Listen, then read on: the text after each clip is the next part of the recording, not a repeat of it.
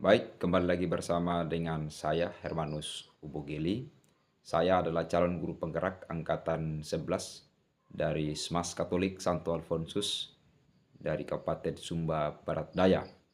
Pada saat ini saya akan menyampaikan hasil refleksi saya setelah melakukan wawancara bersama dengan 3 kepala sekolah yang terdiri dari Kepala Sekolah Smas Katolik Santo Alfonsus, Kepala Sekolah Mas Mandailu, dan Kepala Sekolah SMK Bakti Luhur. Jadi ketika saya melakukan wawancara dari ketiga kepala sekolah tersebut, memang banyak hal-hal yang menarik yang saya temui pada saat wawancara, dan hal-hal yang menarik itu adalah di mana dari ketiga kepala sekolah ini menyebutkan berbagai macam persoalan-persoalan, kendala-kendala yang berkaitan dengan dilema etika yang mereka temui di sekolah mereka masing-masing.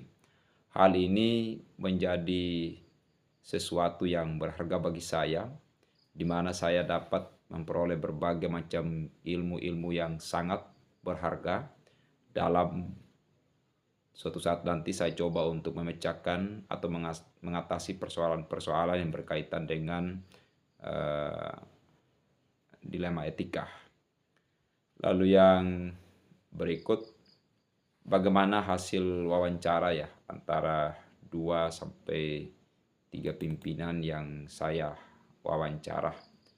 Apakah ada sebuah persamaan atau perbedaan kira-kira yang menonjol dari salah satu pemimpin tersebut? Mengapa dan apa yang membedakan begitu ya. Memang ketika saya mengamati ketiga kepala sekolah yang saya wawancarai, poin pertama dari Kepala Sekolah Smas Katolik Santo Alfonsus, sesuai dengan penglihatan saya ketika saya melakukan wawancara, Bapak Kepala Sekolah dari Smas Katolik Santo Alfonsus sudah dapat memahami dengan baik yang berkaitan dengan dilema etika dan bujukan moral, di mana dalam setiap kali Bapak Kepala Sekolah Alfonsus mau mengambil suatu kebijakan atau keputusan-keputusan, beliau selalu mempertimbangkan atau mengidentifikasi apakah persoalan yang dihadapi itu adalah persoalan yang digolongkan ke dalam dilema etika atau benar lawan benar, ataukah mungkin persoalan itu adalah persoalan yang masuk dalam bujukan moral atau benar lawan salah. Hal ini dapat ditunjukkan oleh Bapak Kepala Sekolah SMA Alfonsus bahwa setiap persoalan yang dihadapi selalu diamati dan dicerna dengan baik, atau mungkin persoalan yang sedang dihadapi itu selalu dimintai data-data pendukung, mulai dari wali kelas, piket harian, ya, dari bimbingan konseling di sekolah setempat, sampai pada wakil-wakil urusan, terlebih khusus wakil urusan kesiswaan. Dan ketika mau mengambil suatu keputusan, dia harus mempertimbangkan dengan matang apakah keputusan yang diambil itu adalah keputusan yang memang sudah satu berpihak pada murid, yang tidak terlalu merugikan antara sebelah menyebelah atau bagaimana gitu ya. Dan juga keputusan-keputusan yang diambil oleh Kepala Sekolah Smas Katolik Santo Alfonsus selalu dibawa dalam ranah diskusi Bapak Ibu Dewan Guru, dan lewat diskusi itu maka akan memunculkan berbagai macam keputusan-keputusan yang ya sangat sempurna begitu. Ini untuk dari Kepala Sekolah Smas Katolik Santo Alfonsus. Lalu yang berikut, Kepala Sekolah dari Smas Mandailu juga hal yang sama, di mana dalam pengambilan keputusan yang diambil oleh Kepala Sekolah SMA Mandailu juga selalu berasal atau mengambil rujukan-rujukan, yakni para staf yang berada, dan beliau juga selalu mengidentifikasi persoalan itu dengan matang, melihat dulu apakah persoalan itu persoalan yang dapat atasi sendiri, atau mungkin harus melalui diskusi internal dalam pimpinan itu.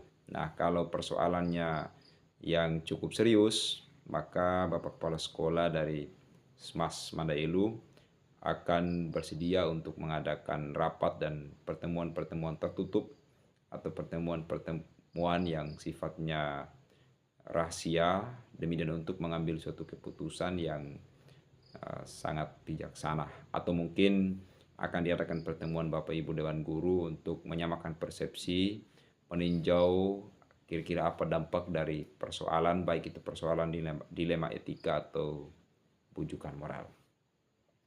Lalu setelah itu akan diambillah suatu keputusan yang memang sangat berarti dalam lembaga itu, dalam artian tidak merugikan lembaga dan juga tidak merugikan pihak yang kedua.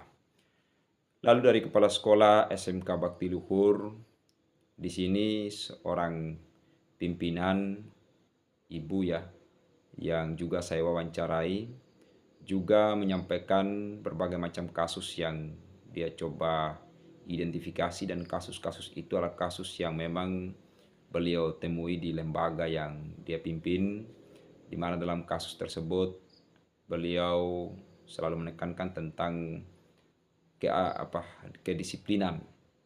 Kedisiplinan dalam artian ya antara urusan sekolah dan urusan adat istiadat harus selalu diperhatikan supaya tidak boleh ada salah satu urusan yang ditinggalkan oleh guru sebagai orang yang diguguh, ditiru, ya, dicontoh oleh peserta didiknya.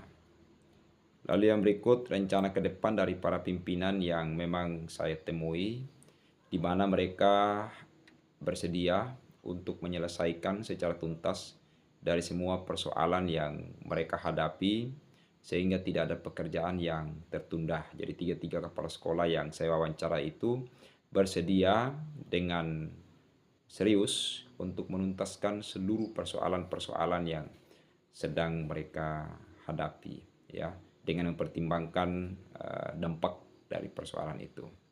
Lalu yang berikut, bagaimana saya sendiri ya menerapkan pengambilan keputusan dilema etika pada lingkungan saya, pada murid-murid saya, atau pada kolega guru-guru saya ya.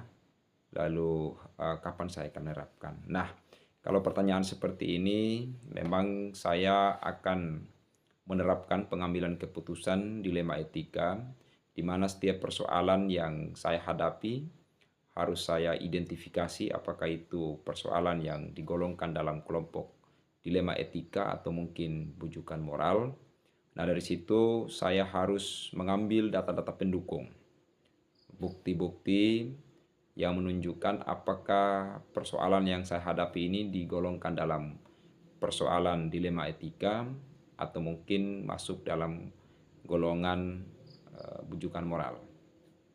Hal-hal seperti ini memang saya harus lakukan secara serius supaya setiap keputusan-keputusan yang saya ambil, baik itu dari kalangan guru atau mungkin dari siswa yang saya temui, ya saya dapat dengan mudah untuk bisa mengidentifikasi lalu mencari jalan keluar, di mana secara pribadi ya saya akan melakukan pengujian ya, atau mungkin saya coba untuk berdiskusi dengan rekan sejawat lain yang sudah mumpuni dalam tata cara pengambilan keputusan, sehingga pada akhirnya dari perbincangan-perbincangan yang sifatnya kolaborasi ini dapat mengantarkan saya untuk mengambil suatu kesimpulan atau mengambil suatu keputusan atau kebijakan yang memang sangat-sangat netral dan juga tidak merugikan salah satu pihak yang sedang mengalami persoalan yang saya hadapi itu ya. Lalu juga ada pertanyaan yang berikutnya ya, terkait dengan kejelasan suara ya, apa yang digunakan, sudahkah Anda mengujinya, membacanya, terlihat hasilnya, membayangkan bila orang lain membaca tulisan Anda. Nah, memang kalau berbicara soal kejelasan suara, saya pikir memang dalam wawancara yang saya lakukan itu tidak terlalu jelas suaranya. Ini berhubung karena memang kekurangan fasilitas, ya, kekurangan fasilitas yang saya miliki, alat-alat teknologi sebagai pengeras suara memang saya tidak bawa. Namun yang walaupun demikian, saya bisa pastikan bahwa video yang saya upload atau video yang dipakai, yang saya rekam pada saat melakukan wawancara dari ketiga kepala sekolah itu benar-benar video yang dapat didengar, dapat dikonsumsi segala informasi-informasi yang ada dalam video ini. Nah, dari video itu juga saya katakan bahwa tulisan di videonya, ya, lalu apakah itu memang videonya tidak buram, itu saya pastikan segala sesuatunya dalam kondisi baik, dalam kondisi yang baik dan siap untuk dicerna, siap untuk dinilai, ya.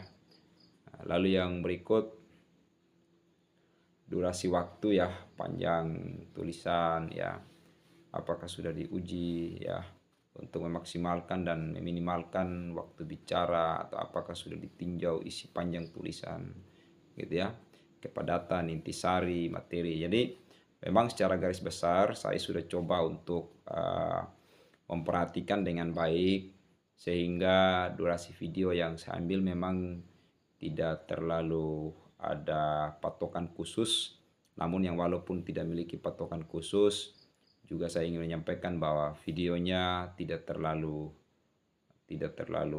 panjang-panjang amat dan juga tidak terlalu banyak bertele-tele. Sekian penyampaian saya.